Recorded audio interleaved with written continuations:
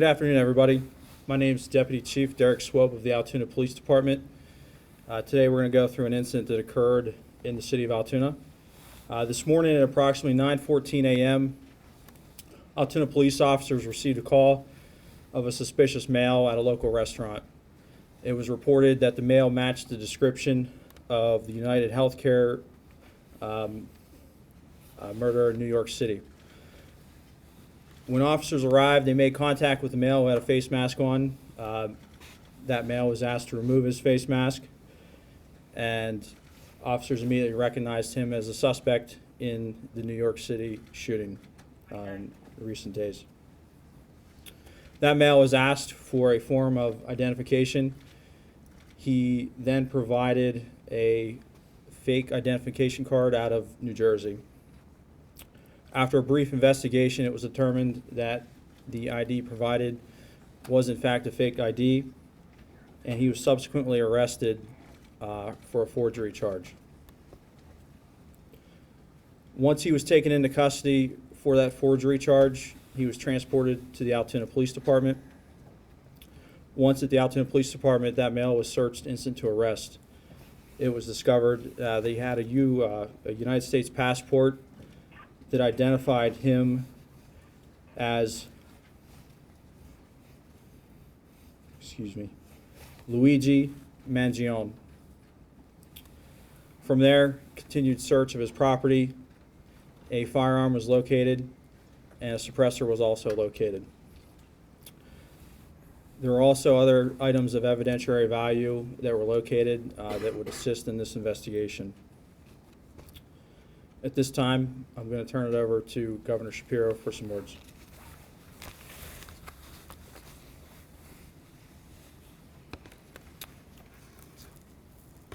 Thank you, Deputy Chief Swope, and let me acknowledge and thank the law enforcement who I'm joined with today, beginning with Lieutenant Colonel Bivens of the Pennsylvania State Police. I want to thank Senior Special Supervisory Agent Szabo from the FBI, and acknowledge NYPD Commissioner Daughtry and the women and men of the NYPD who join us here today, District Attorney Weeks, who you will hear from shortly, and I just concluded a briefing with Mayor Adams and Commissioner Tisch from New York.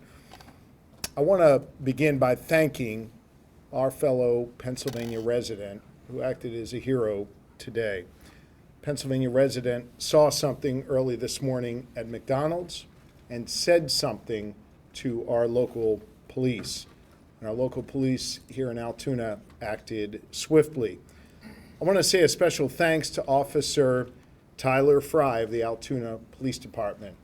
Officer Fry is about 6 months into his time serving his fellow people here in Pennsylvania, and he acted swiftly. He acted with smarts, and he acted with calm. You know, safety often turns on the strength of the relationship between the community and law enforcement. We have that strong relationship here in Altoona, and it was proven here today. I want to ask all of our fellow Pennsylvanians to demonstrate the same type of thoughtfulness and courage and smarts as the individual at McDonald's did this morning, and help law enforcement here in Pennsylvania as we continue with our investigation. You'll see photos of the suspect who is here, and you should know that this suspect traveled between Philadelphia and Pittsburgh, making stops in between, obviously here in Altoona. I want to ask all of our fellow Pennsylvanians to help us with any tips that they might have by contacting us at 800-4-PA-TIPS. Again, that number is 800-4-PA-TIPS. The suspect was just arraigned here in the courthouse, and presumably New York will file charges very, very soon. That process will continue to play out, and justice will be delivered in this case. This case is hinged on attention. In fact, the attention in this case and the killing of Brian Thompson was helpful, no doubt, in allowing us to capture this killer, in alerting that individual at McDonald's this morning, and then having that individual contact police. But some attention in this case, especially online, has been deeply disturbing, as some have looked to celebrate instead of condemning this killer. Brian Thompson was a father to two. He was a husband, and he was a friend to many. And yes, he was the CEO of a health insurance company. In America, we do not kill people in cold blood to resolve policy differences or express a viewpoint. I understand people have real frustration with our healthcare system, and I have worked to address that throughout my career. But I have no tolerance, nor should anyone, for one man using an illegal ghost gun to murder someone because he thinks his opinion matters most. In a civil society, we are all less safe when ideologues engage in vigilante justice. In some dark corners, this killer is being hailed as a hero. Hear me on this. He is no hero. The real hero in this story is the person who called 911 at McDonald's this morning. The real heroes every day in our society are the women and men who put on uniforms like these and go out in our communities to keep us safe. This killer was not a hero. He should not be hailed. Mr. Thompson, I understand, was laid to rest earlier today in Minnesota in a private setting. As the conversation continues about this case, let's be mindful not to dehumanize him and make him just an avatar of a system that is disliked by many. He was a father, he was a husband, and he did not deserve to die like this on a sidewalk in New York City. I again want to thank all law enforcement who's present here this evening. Law enforcement works best when it works together. In this case, you have the New York Police Department working together with the Altoona Police Department, working together with our Pennsylvania State Police and our partners at the federal level as well. Everyone came together to solve this case and keep the public safe. I again want to ask my fellow Pennsylvanians, if you have any information regarding this suspect or his travels throughout Pennsylvania, please share those tips with us immediately. And with that, I want to thank District Attorney Weeks for his important work today and invite him to the microphone to say a few words. Thank you, Governor Shapiro. Good evening, everyone. I would echo the governor's sentiments. Law enforcement does work at its best when they work together.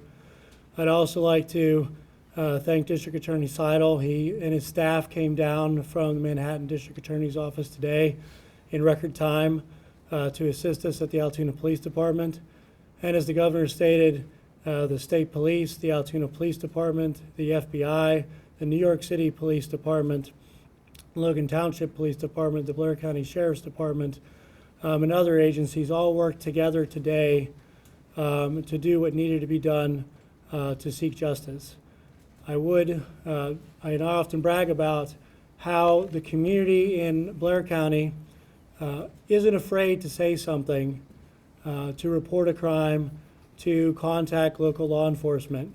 And I've often touted how they've made their community, whether it be Altoona or somewhere else, a safer place to live. And today I submit that a resident from Altoona and the Altoona Police Department helped make New York City a safer place to live and helped kickstart the process to seek justice for a senseless killing.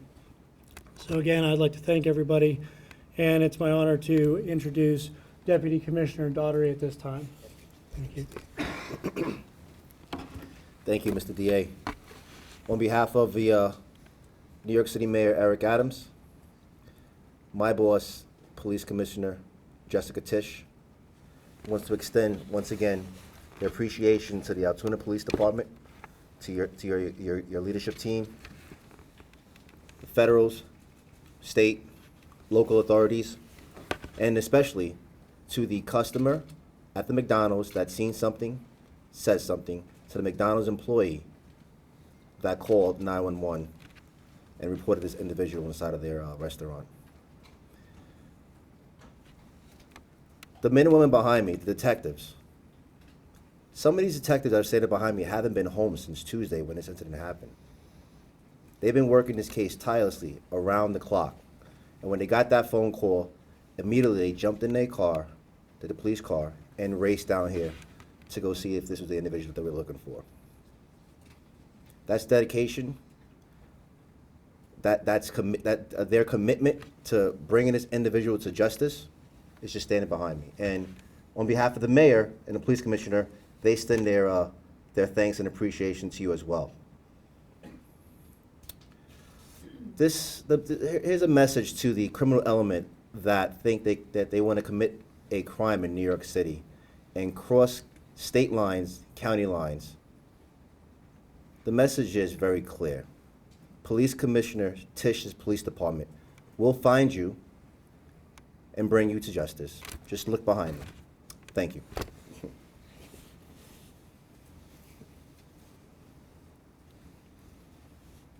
Anybody else?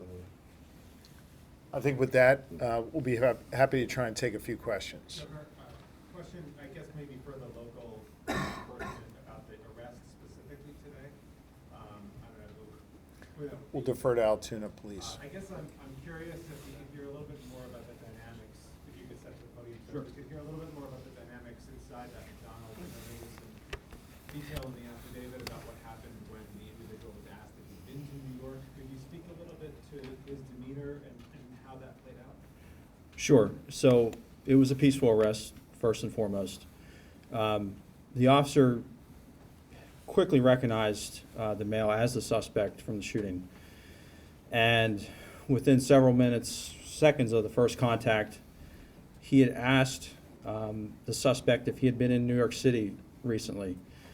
And that really invoked a physical reaction from the suspect. He became visibly nervous, kind of shaking at that question. And he didn't really answer it directly. So that statement alone really said a lot. And the suspect didn't have to say a lot after that question to show that, he was very nervous at that point. Was that the officer that the governor mentioned who's new on the job, who was involved in that? Yes, so Officer Fry's here to my left. Officer Fry, you step this way a little bit. And then his partner that he was with, Officer Joe Detweiler. Officer, could you maybe identify yourself and maybe describe that whole interaction and what played out? Spell your name. Yeah, Patrolman Fry, Tylerfrye. So whenever we got on scene there, we were able to pretty much find where he was at in the restaurant. And as soon as he was wearing a blue medical mask. As soon as we pulled that down, or we asked him to pull it down, me and my partner and I recognized him immediately, just from what we saw in the media with photos, videos. We just didn't even think twice about it. We knew that was our guy, but he was very cooperative with us. Didn't really give us too many issues. Once we found out his identity, we took it from there. How does it feel with 6 months on the job as a law enforcement officer to be part of I can't say I was expecting it by any means, but it feels good to get a guy like that off the street, especially starting my career this way. It feels great.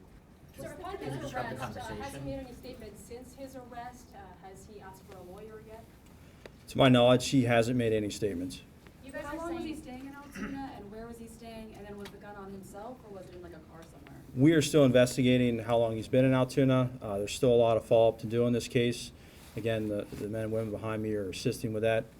So we're still looking into it. I'm going to ask Governor? Lieutenant Colonel Bivens of the Pennsylvania State Police to address the question you just raised. Thank you. So there are a lot of things that need to be followed up yet in this investigation. Certainly, there were a number of items that were found on his person, in his backpack, that have been inventoried, and we've begun to do an analysis of some of those. There were written documents.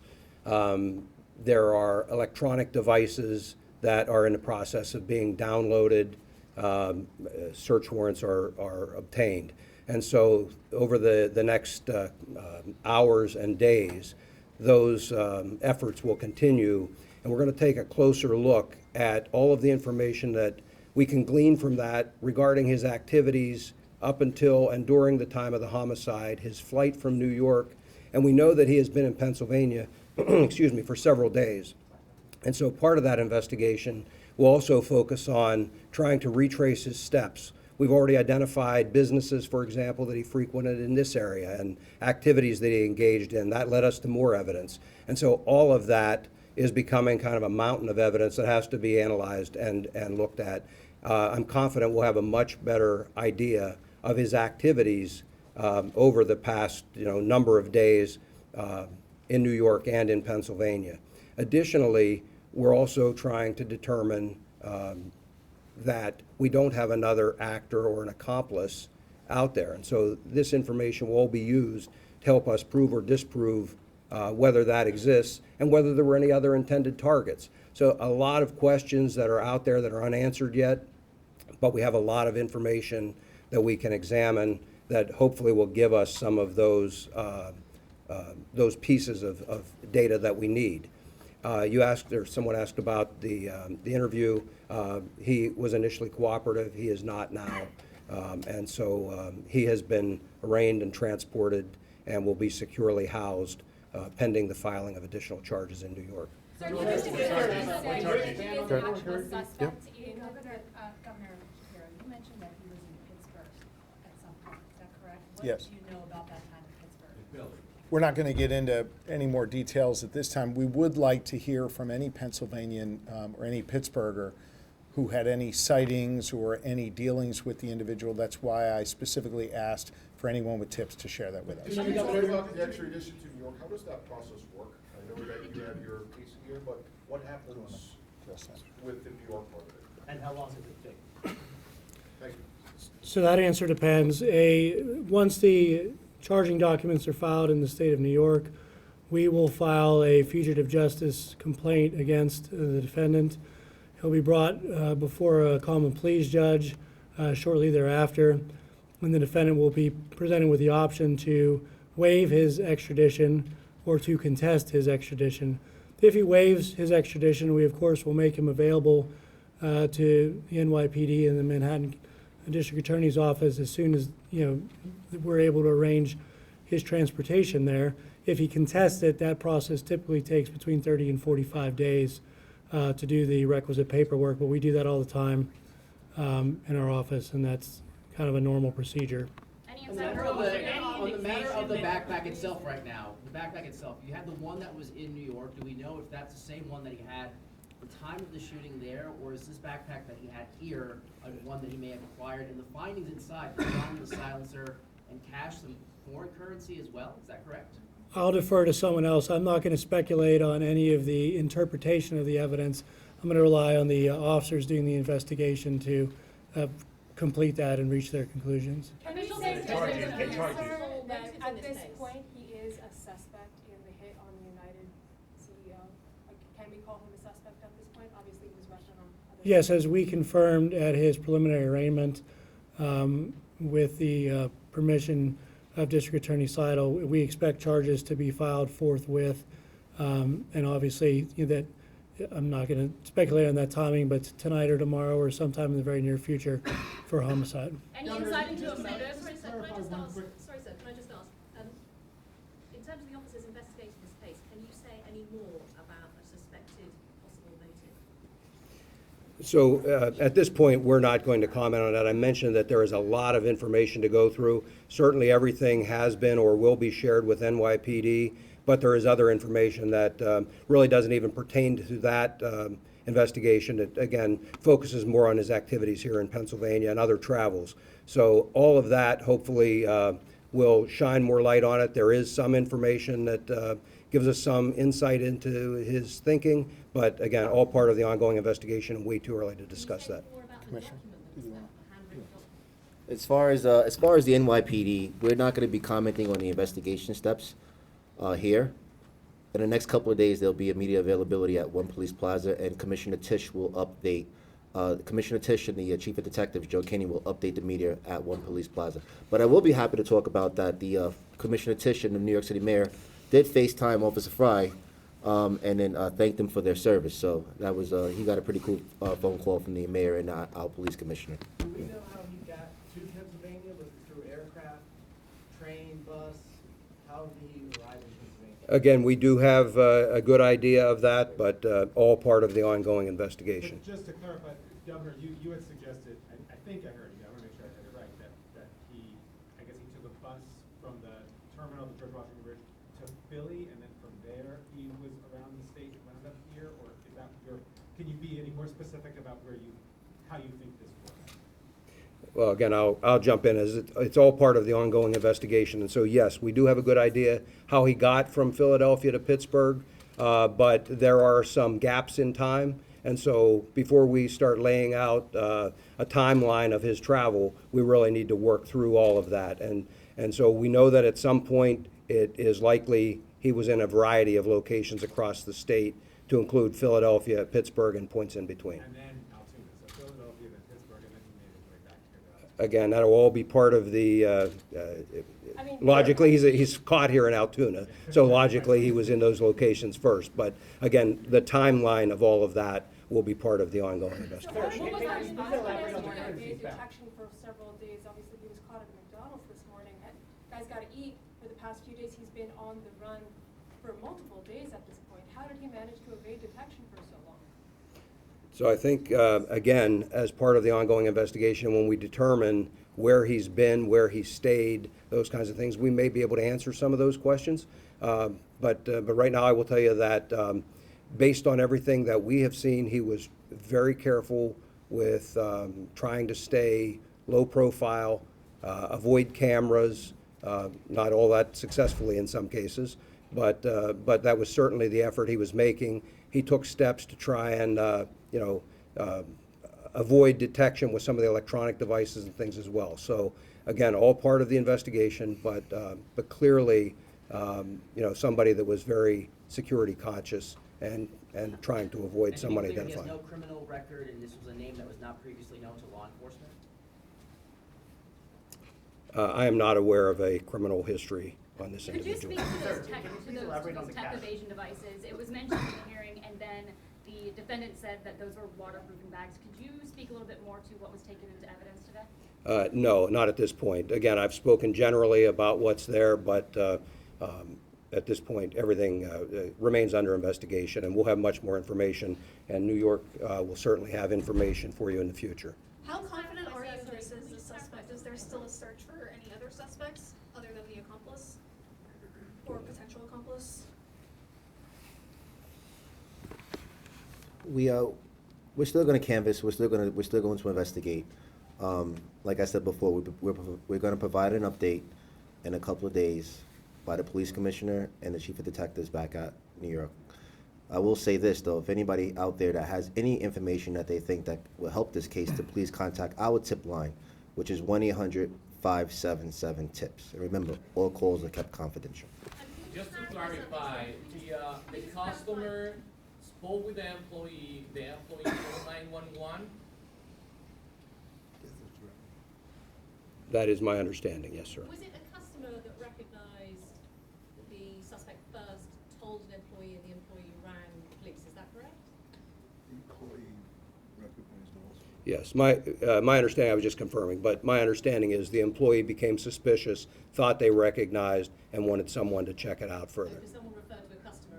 Yes, that's what I'm saying. I'm sorry, did I say the employee? The customer recognized, notified an employee, and wanted someone to check it out further. Can you confirm which restaurant it was? Was it the one on Plank Road?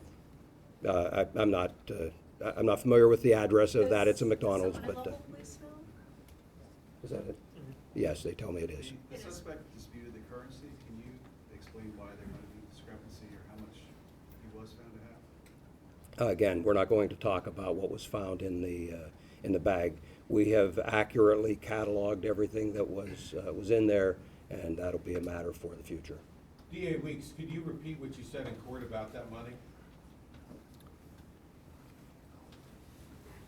I certainly stand by all the comments I made at the preliminary arraignment, but I'm not going to comment any more on the evidence at this time. My comments at preliminary arraignment were in support of my argument for bail. Thank you. We probably have time for one or two more questions. Is he being held in a county or state facility? He will likely be taken to a state correctional institution later this evening. Can I just say specifically for Pennsylvania law enforcement, over the past few months, you've had an attempted assassination of a former president, now president-elect. Now you've had this. What do you think about that? Violence can never be used to address political differences or to address a substantive difference or to try and prove some ideological point. That is not what we do in a civilized society. That was true in Butler, it was true in New York City, and it's true anywhere. That is not how you make progress in this country. The suspect here who shot at that CEO and killed that CEO is a coward, not a hero. And we need to make sure that in this country, we get back to having a civil discourse about our differences. And that is an important lesson coming out of Pennsylvania, and it is one that I think the rest of the nation needs to hear as well. On a law enforcement side, I will tell you that I am incredibly proud of the Pennsylvania State Police and local police in Butler and here in Altoona, who responded in a way that kept others safe and saved other lives. That was true at the fairgrounds in Butler, and it was true here today in Altoona. Had that local Pennsylvanian not spoken up, had that wonderful police officer who's been on this job for 6 months not acted calmly and swiftly, God knows what could have happened. So I think the lessons coming out of Pennsylvania are that violence is not a way to answer questions and address problems, and that we have the gift of law enforcement here in this Commonwealth who care deeply about the safety and well-being of our fellow Pennsylvanians and our fellow Americans, and I commend them for that. Thank you all. Very rapid here.